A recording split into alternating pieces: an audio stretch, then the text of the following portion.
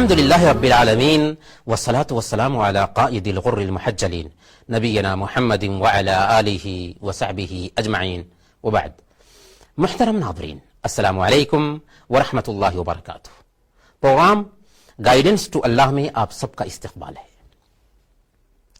جدید ٹیکنالوجی کے اس دور میں الیکٹرانک میڈیا کی بہت اہمیت ہے. ریڈیو، ٹیلی ویژن، ویب سائٹس اور سوشل میڈیا یہ ایسے ذرائع ہیں جن کے ذریعہ ایک آدمی اپنی فکر دنیا کے کسی بھی کونے میں چند سیکنڈوں میں پہنچا پاتا ہے. سوشل میڈیا کو دیکھیے تو ہماری نئی نسل جنون کی حد تک اس کا استعمال کر رہی ہے. لاکھ تھکاوٹ ہو لیکن کچھ نہ کچھ وقت نکال کر کے ضرور سوشل میڈیا پہ آتی ہے. اسی وجہ سے صارفین کی جو بہتات پائی جاتی ہے، باطل پرستوں نے الیکٹرانک میڈیا کا خوب سے خوب استعمال کیا. شہوت کے پجاریوں نے الیکٹرانک میڈیا کا خوب سے خوب استعمال کیا. ایسے حالات میں اگر ہم الیکٹرانک میڈیا کی خطرناکی پہ بات کریں اور ان سے پیچھا چھوڑانے کی گفتگو کریں تو یہ دانشمندی کی علامت نہ ہوگی. ہم لاکھ کوشش کریں لیکن ہمارے بچے الیکٹرانک میڈیا سے دور نہیں ہو سکتے اور ہونا بھی نہیں، اس لیے کہ ہم آفاقی دین کے حامل ہیں. ہمارا دین تو اسلام کو فروغ دینے کے لیے ہر جائز وسیلہ کو استعمال کرنے کی اجازت دیتا ہے. اور الحمدللہ کتنے ایسے نوجوان ہیں جو الیکٹرانک میڈیا کا استعمال کر کے دعوت کا کام کر رہے ہیں. ان کو دیکھ کر کے آنکھوں سے خوشی کے آنسو چھلکتے ہیں، لیکن ایسے بہت کم لوگ ہیں. ضرورت ہے کہ ہمارے مسلم نوجوان دعوت کے کام کے لیے الیکٹرانک میڈیا کو استعمال کریں. کہتے ہیں کل انائن بما فیہ ینضح، برتن میں جو کچھ ہوتا ہے وہی چھلکتا ہے. اسی وجہ سے ایک آدمی اگر اچھی طبیعت کا ہو تو مرنے کے بعد بھی اچھائی سے یاد کیا جاتا ہے، اور اگر بری طبیعت کا ہو تو مرنے کے بعد بھی برائی سے ہی یاد کیا جاتا ہے.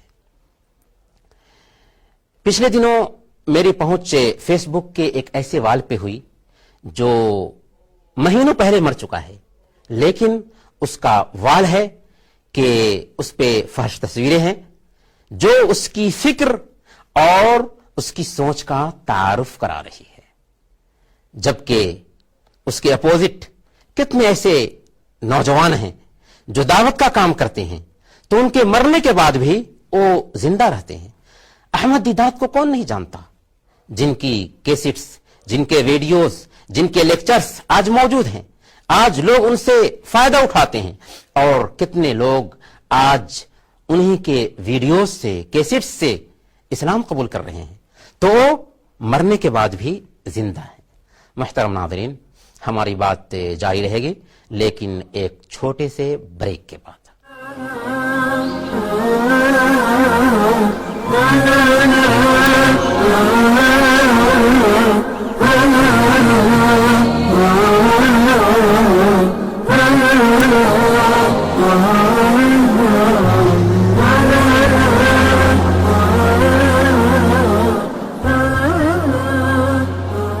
محترم ناظرین، بریک کے بعد ایک بار پھر آپ سب کا استقبال ہے. سوال یہ پیدا ہوتا ہے کہ الیکٹرانک میڈیا کا کیسے استعمال کیا جائے اسلام کے فروغ میں. تو الیکٹرانک میڈیا میں جیسا کہ ہم نے کہا کہ ریڈیو ہے، ٹیلی ویژن ہے، ویب سائٹس ہیں، سوشل میڈیا ہیں، ان کا استعمال کرنا ہے. سب سے پہلے ہم لیتے ہیں ریڈیو اور ٹیلی ویژن کو. ریڈیو اور ٹیلی ویژن تک ہر انسان کی پہنچ ہوتی ہے. ہر گھر میں ریڈیو سننے کا اہتمام کیا جاتا ہے اور ٹیلی ویژن دیکھنے کا اہتمام کیا جاتا ہے. ایسے حالات میں دعات کی جب پہنچ وہاں تک ہو پاتی ہے تو دعات کو چاہیے کہ پروگرام کا پہلے خاکہ تیار کریں اور عقائد پہ زور دیں، اصلاح معاشرہ پہ زور دیں اور اختلافی مسائل سے کنارہ کشی اختیار کریں. زبان بھی بالکل عام ہونی چاہیے تاکہ سب لوگ سمجھ سکیں. آج کتنے ایسے لوگ ہیں جو ریڈیو اور ٹیلی ویژن کے پروگرام سے متاثر ہو کر کے اسلام قبول کر رہے ہیں۔ ویسے ہی ویب سائٹس کا معاملہ آتا ہے۔ ویب سائٹس کی جب بات ہوتی ہے تو باطل نے اس کا خوب سے خوب استعمال کیا اور اپنی فکر کو خوب سے خوب پھیلائی ہے۔ ہم اس معاملے میں ابھی بھی پیچھے ہیں، اس لیے ضرورت ہے کہ مسلمانوں کی تربیت کے لیے ویب سائٹس ہوں، غیر مسلموں میں دعوت کے لیے ویب سائٹس ہوں، اور نو مسلموں کی تربیت کے لیے ویب سائٹس ہوں۔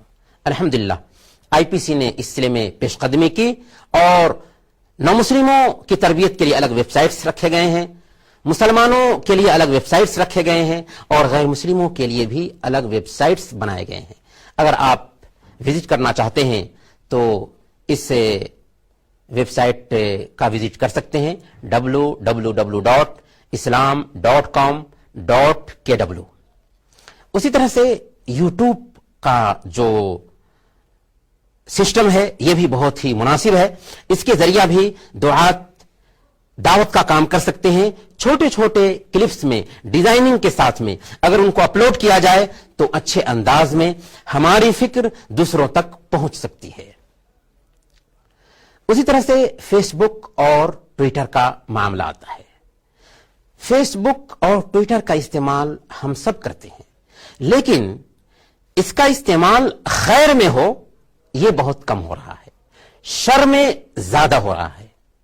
ضرورت ہے کہ سنجیدگی سے اس مسئلے پہ غور کیا جائے۔ اس لیے اگر ہم لکھنے کا سلیقہ جانتے ہیں تو ہمیں چاہیے کہ اصلاح سماج کے لیے، اسلام کے فروغ کے لیے چھوٹے چھوٹے کلپس میں ہم ویڈیوز بھی اپلوڈ کر سکتے ہیں اور میسج بھی چھوڑ سکتے ہیں، فیس بک پہ ہو، ٹویٹر پہ ہو۔ اس طرح سے دوسروں تک یہ میسج پہنچے گا۔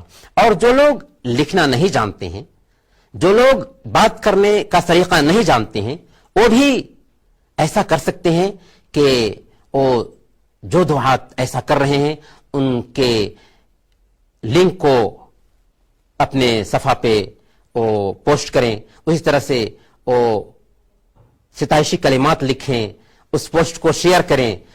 اگر دیکھا جائے تو ہم میں کا ہر آدمی فیس بک اور ٹویٹر یہاں تک کہ پورے الیکٹرانک میڈیا کو استعمال کر کے دعوت کا کام کر سکتا ہے، تو پھر دیر کس بات کی؟